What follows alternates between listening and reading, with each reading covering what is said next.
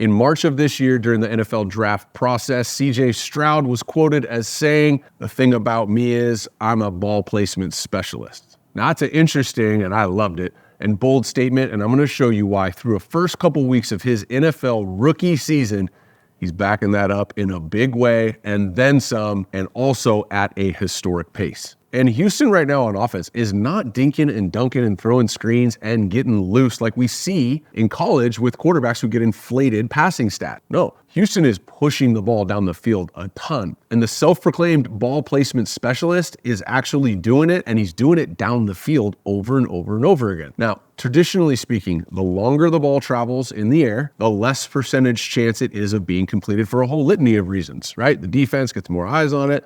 Accuracy, you got wind and conditions and all the reasons, right? And it's just harder to hit a spot from 40 yards away than it is from 10 yards away.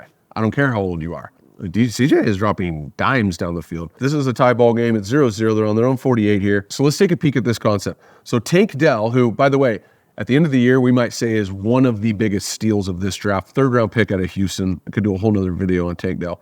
Vertical using his speed. And then we're going to run a wide depart dig on the backside. Now, the important part of him getting the dig is this player right here. If the X backside runs a traditional over route, then this player right here is going to be what we call the fold over player, and he's going to be coming and helping over on this post. And you'll see him come really close to making this play. So having to dig up top, having him push vertical to hold that corner a little bit. Tank Dell right here, wide, cross his face. And now here's CJ, clean pocket, ton of time and space, right? And this is a little bit of a flick of the wrist. This thing's 50-something in the air. And just beating that fold-over player and putting the ball right where Tank can get it. Let's look at the footwork here. Play action.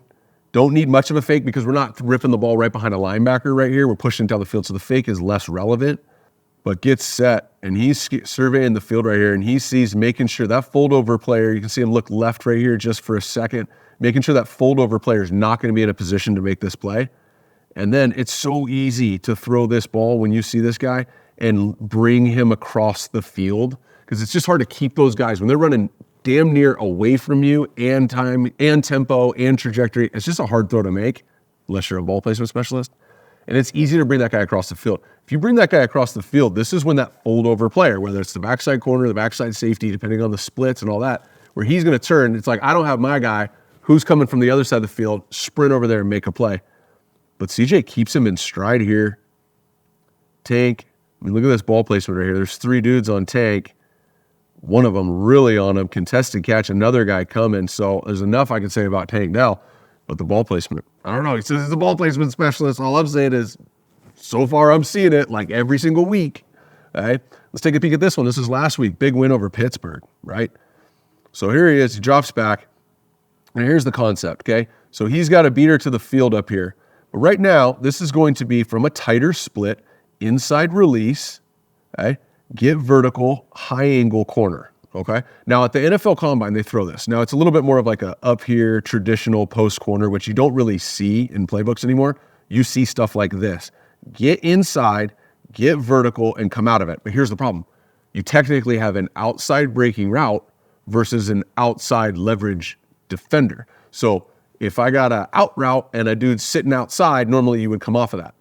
What we're saying here is if this becomes cloud coverage and if this safety really has this whole side of the field, which he does, and is really trying to hold it. He's trying to show that it's cloud here, cover 2, but his shoulders are really, his chest is facing this way, right? So his shoulders are really open to be pushed into the middle of the field, but regardless of the coverage from the safety, this isn't, right here, he's throwing a high angle corner, and he's got an outside leverage defender, which means the only place that you can put that is pushing him down the field. You cannot flatten him to the sideline, and you can't leave it inside either, and you can't slow him up. It has to be perfectly thrown over his shoulder or it's incomplete.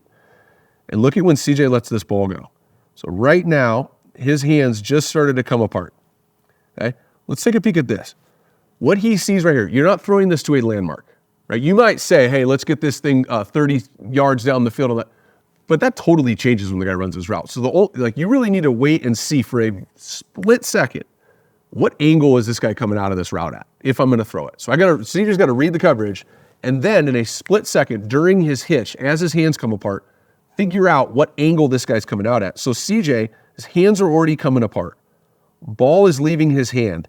Receiver's back is to him. We have not seen the angle. And look where this ball finishes. In stride. Look at this from the other side. Here's the receiver. His hands are coming apart. Here's the receiver. I don't know exactly what angle he's coming out. His hands are coming apart. And just a nice, smooth stroke. Look where this ball finishes. That really can't be anywhere else. I mean, this dude, this could have been a one-hander. I mean, this is, for somebody who claims to be a ball placement specialist, guilty. This is a freaking dime. In a huge win. And right now, let's just look at, statistically speaking, second most yards for any rookie quarterback through the first 4 games of his career, only behind Cam Newton. Third most passing attempts by a rookie without an interception, only trailing Dak Prescott and Tua. And on pace to break Andrew Luck's rookie passing yards record by 700 yards. Let's stop comparing him to rookies for a second. Let's not go like, all right, well, historically speaking, when Cam Newton was a rookie, okay, cool, let's phase out of that. And let's just put him up against vets right now. Okay. Number 1 on third down this season. Number 1 passer rating in the NFL at 126. Number 1 in first downs converted at 22. Number 1 in adjusted completion percentage at 88.9. Number 1 in yards at 456. Oh, bummer. Number 3 in yards per attempts behind Jalen Hurts and Patrick Mahomes, but also he's number 1 in touchdowns.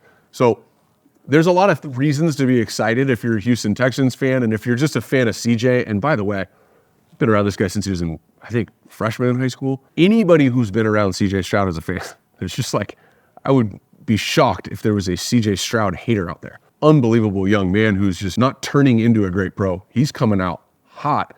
He already's leading the league in a bunch of stuff. But for CJ, doing this at a historic pace in a franchise that this is not the landing spot everybody was salivating over. This is a rebuild. So there's a lot of new stuff in Houston. But what their new signal caller and their new quarterback and their new leader of their team is doing right now is saying, I'm not worried about how it used to be here. I'm worried about how it's going to be here. And the combination of the ball placement, the big time throws and consistency, and the leadership traits that CJ has, which I think some of them are unique, different, like exceptional. Houston's got a lot to be excited about right now.